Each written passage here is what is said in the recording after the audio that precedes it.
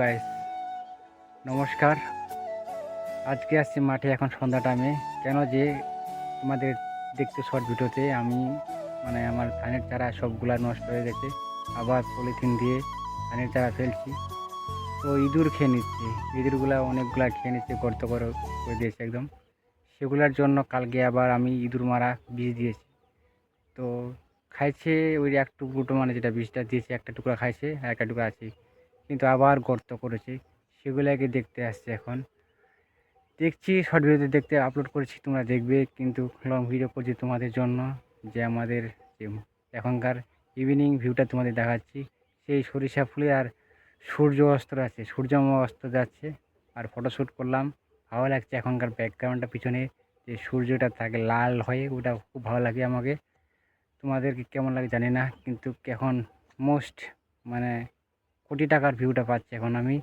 সেই আমার পিছনে সূর্যটা অস্ত যাচ্ছে আর আমি এখানে বসে তোমাদের একটা ভিডিও করছি, লং ভিডিও।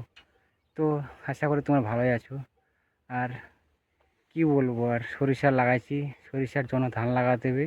ধানের চারা আমার খাই শেষ করে নিয়েছে, ঠান্ডায় গেল সবগুলা মারা গেছে। 3,000 টাকা কিনেছিলাম ধানের চারা, আবার সেগুলাকে আবার লাগালাম পলিথিন দিয়ে, দেখাচ্ছি তোমাদেরকে। ওগুলাও আবার ইঁদুর খাই নিচ্ছে, তাহলে আমি কীভাবে ধান লাগাবো? একদম টেনশনে আছি আমি। কৃষক হওয়া এতটা সহজ না বন্ধু। কেন যে আমাদের গ্রামের মানুষ, আমরা কৃষিকাজ করি।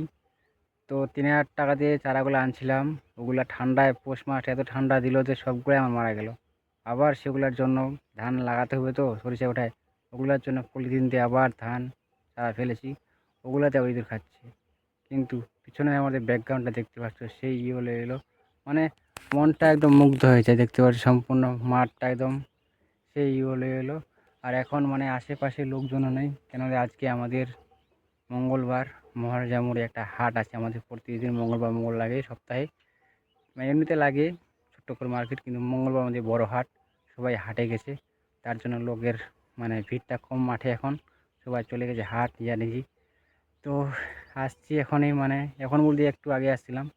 তো খুবই দেখতে আসছি, মনটা খারাপ হয়ে গেলো। আবার ইঁদুর খাচ্ছে, কালকে হয়তো আবার দিতে হবে আমাকে বিষ আনে ইঁদুরগুলো মারার জন্য, না হলে আমার সব ধানগুলা খেয়ে নেবে। কিচ্ছু করার নেই, আর কি করবো আর বুঝতে হতে পারছি না যে ধানের চারা না হলে তো ধান লাগাতেই পারবো না আমি। আমার পিছনটা দেখতে পাচ্ছি একটা গাছ, ওখানে সবাই ভিডিওতে দেখছে। আমাদের ওখানে একটা মা কালী আছে, আমাদের মন্দির, ওখানে পূজা করি আমরা। ধান ওঠার সঙ্গে সবাইকে আমাকে প্রসাদ দিতে হয়। ধানে যেগুলো ভুট্টা লাগাইছি ওগুলাকে, ধান সরিষা লাগাইছি, ওগুলা সবাই দিয়েছে লোকগুলা। তো ওখানে মন্দিরটা আছে। আর যত পিছনে যাবা ততই ওইদিকে পাবো ভুট্টা। আর সামনে এগুলাতে সামনে একটু বাড়ির সামনে তো ওগুলা পাওয়া ভুট্টা। আর যত কাছের নিচের জমি ওগুলা সবগুলাতে পারবা সরিষা। সরিষা লাগাই, তারপর ধান লাগাবো সরিষা ওঠার পর। তো এইরকম আমাদের গ্রামের পরিবেশটা তোমাদের দেখাচ্ছি। আর আমার বাড়ি তো অনেক দূরে এখন মাঠ থেকে। তোমরা যদি কেউ আসো, তাহলে তোমরা একবার আসলে আর আবার বাড়ি যেতে হলে তোমরা বলবে আর যাবো না আমি, এখানে থেকে যাবো। এমন আমাদের লং টাইম, লং ডিস্টেন্সটা, এটা অনেক দূরে একদম আসতে। আমাদের আশে হ্যাপিট হয়ে গেছে, তার জন্য আমাদের দূর মনে হয় না। কিন্তু যারা নতুন আসবে তারা কিন্তু সবাই কেউ যে আত্মীয়র বাড়িতে আসে, সে আসলে আর বলবে আমি যাবো না কোনো দিন। আর এতটাই জায়গাটা দূরে আমাদের জমিগুলো থাকে।